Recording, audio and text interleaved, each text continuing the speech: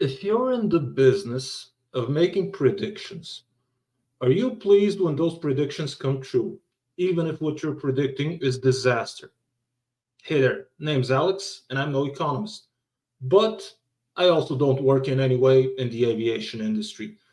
I work as a mechanical engineer for a company that does manufacture and sell products that have applications in the aviation industry, but I don't work on those products, and I'm probably as far away removed as possible from the aviation industry, and probably for good reason and for everyone's safety. Even though I do know at least two people who work for the Lufthansa maintenance hangar, let's say, in the Sofia airport. But still, I'm not. I don't work in that industry, so I'm probably not an expert. But still, even though that may be so, I must once again, for maybe the third time on this channel, I must once again don the hat of the professional plane crash investigator. Because what ended up happening, and I've been predicting that something like this is going to happen or is going to start happening. Don't know when it's going to stop, but at least it's going to start happening. I've been predicting that such thing may happen as early, or at least as early as Yevgeny Prigozhin's so-called accident when his plane fell from the sky, killing him and six other people aboard. Now, I've been predicting that due to sanctions in part, but also due to, as a result of those sanctions, a lack of availability of spare parts, servicing, maintenance, etc., of aircraft, we are going to see commercial civilian airplanes falling and crashing and causing major disasters in Russia.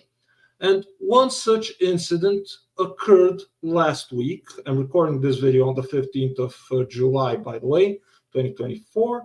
And I want to share a screen right now to show you exactly what I mean happened. There, you should be able to see the screen. So, Russian passenger jet crashes flying empty near Moscow, killing its crew of three. Now, let's read this article from the Associated Press. This was on July the 12th, so, or at least that's when it was last updated, so not that long ago. A Russian passenger jet crashed on Friday near Moscow while flying without passengers, killing its crew of three, officials said. The Sukhoi Superjet 100. Now, look, this is a Sukhoi Superjet. This is a locally made, Russian-made airplane. And I've been assuming that something like this may happen with some of the Western manufactured Boeings or Airbus airplanes, most likely the Boeings, if you heard the recent news about what's going on with Boeing planes, but that's beside the point. I've been assuming that something like this would happen with any of the Western-made Airbus or Boeing airplanes as a result of sanctions, lack of availability of parts for servicing and maintenance, and also due to the fact that Russian airlines have been cannibalizing some planes to keep other planes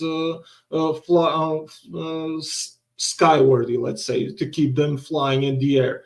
They've been cannibalizing some planes to extend the life and service life and availability of other planes to keep them flying, and that even includes planes that Russian airlines don't actually own, but they've leased from other companies that provide planes on lease to airlines. That includes such planes that Russia is still operating. You may even say that Russia has actually stolen such those planes that it has been leasing under such terms.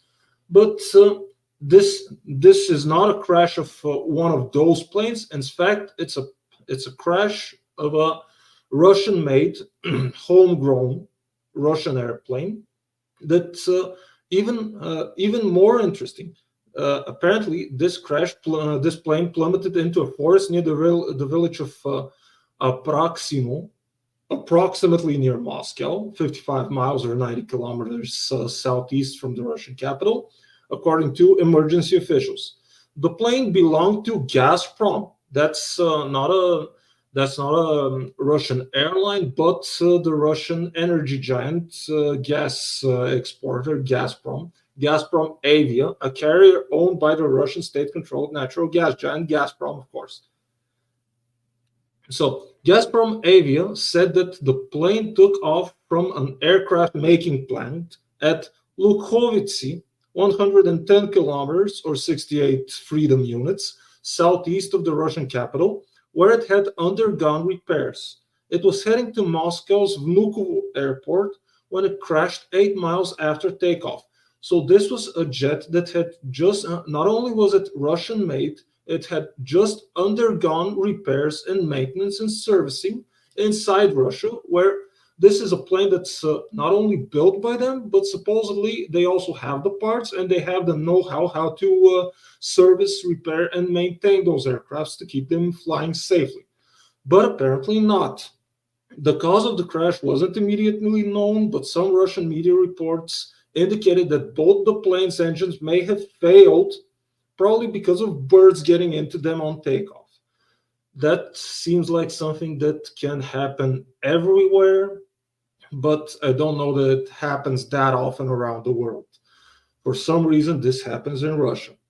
The investigative committee, the country's top state criminal investigation agency, has launched a probe into the crash. Yeah, like the probe they launched into the accident with Prigozhin's airplane. We're probably never going to find out what really happened there. The Russian-made Superjet 100, also designated as an SSJ 100, was hailed, excuse me, by Russian officials as a major achievement for the country's civil aviation industry when it went into service back in 2011. So these planes have been flying since 2011, but it has had a patchy safety record. Yeah, I'll say the least. That's an understatement for sure. Anyway, I think I can stop sharing the article from Associated Press now. So now what we're seeing is as a result of the sanctions, the Russians' capability to maintain and service Western manufactured jets like Airbus and Boeing has been severely degraded, and they've been cannibalizing some planes to keep other planes flying. But also, apparently, it seems that even Russian-made aircraft aren't as safe as they should be. And now, considering that my only 4 flights in my life have been aboard Aeroflot operated Airbus planes from Sofia to Beijing through Moscow and back. Now, what I want to say, since I don't mean anyone harm, actually, even though what we're witnessing is the ship sinking normally, the plane crashing normally, and all of this is according to plan. Yeah, everything is going according to the Russian plan. I've been saying that Russian planes, commercial civilian airline planes, are going to start falling from the sky. And this was a first, at least as far as I know, such example. Even though this plane was only carrying aboard its crew, it wasn't carrying any passengers, but maybe next time. Yeah, sorry, unfortunate for the crew. Really don't mean anyone any harm. But this is unfortunate for the crew, but maybe next time this plane won't be, or such a plane that crashes, maybe it won't be empty, since this was a plane owned by Gazprom. And to think, last year they posted a net loss of how many was it? 600 billion rubles or something like 6 billion US dollars. Well, now this year they end up adding another loss of an airplane. How much do those cost? How many hundreds of millions of dollars? Add that to your negative balance sheet this year, Gazprom. And maybe the next such plane that crashes, if it's again owned by Gazprom, maybe that one will be carrying, who knows, workers or maybe even company directors. Who's to say? Or maybe the next plane that crashes inside of Russia will be a fully loaded major passenger airplane traveling to who knows where. But well, the next big Russian aviation disaster is waiting to happen. And since I repeat this again, I really don't mean anyone harm. If you live in Russia, don't fly. Stick to the ground. Avoid flying with Russian airlines, even if they're headed abroad. If they're headed abroad, if you want to get out of Russia so desperately, I know a lot of people do. Try other routes besides flying for your safety. Don't get on any planes in Russia. Anyway, that's all I had for this video. Like, subscribe, share, all that other stuff. Write me in the comments, start a comment war, telling me how the Russian aviation industry is going to beat sanctions and is going to be the best in the world. Anyway, tell me all about that in the comments. Give this video a thumbs up if you liked it. Subscribe to the channel for more videos.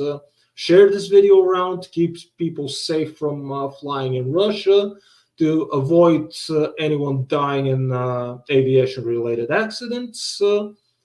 And yeah, check out the two videos that I'm probably going to be linking in the end of this video about other accidents happening in Russia with regards to aviation.